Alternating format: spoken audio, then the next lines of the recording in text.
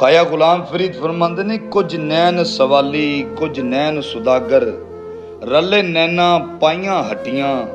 ਕੁਝ ਨੈਣ ਨੈਣਾ ਦੇ ਸੌਦੇ ਕਰਦੇ ਤੇ ਕੁਝ ਨੈਣ ਭਰੇਂਦੇ ਚੱਟੀਆਂ। ਕੁਝ ਨੈਣ ਨੈਣਾ ਨੂੰ ਜ਼ਖਮੀ ਕਰਦੇ ਤੇ ਕੁਝ ਨੈਣ ਕਰੇਂਦੇ ਪੱਟੀਆਂ।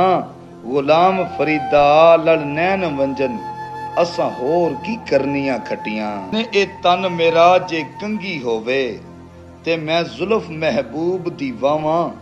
ਪੋਸ਼ ਮੇਰੇ ਦੀ ਬਨ ਜਾਏ ਜੁੱਤੀ ਤੇ ਮੈਂ ਯਾਰ ਦੇ ਪੈਰੀ ਆਵਾਂ। ਜੇ ਸੁਹਣਾ ਮੇਰੇ ਦੁੱਖ ਵਿੱਚ ਰਾਜ਼ੀ ਤੇ ਮੈਂ ਸੁਖ ਨੂੰ ਚੁੱਲ੍ਹੇ ਪਾਵਾਂ।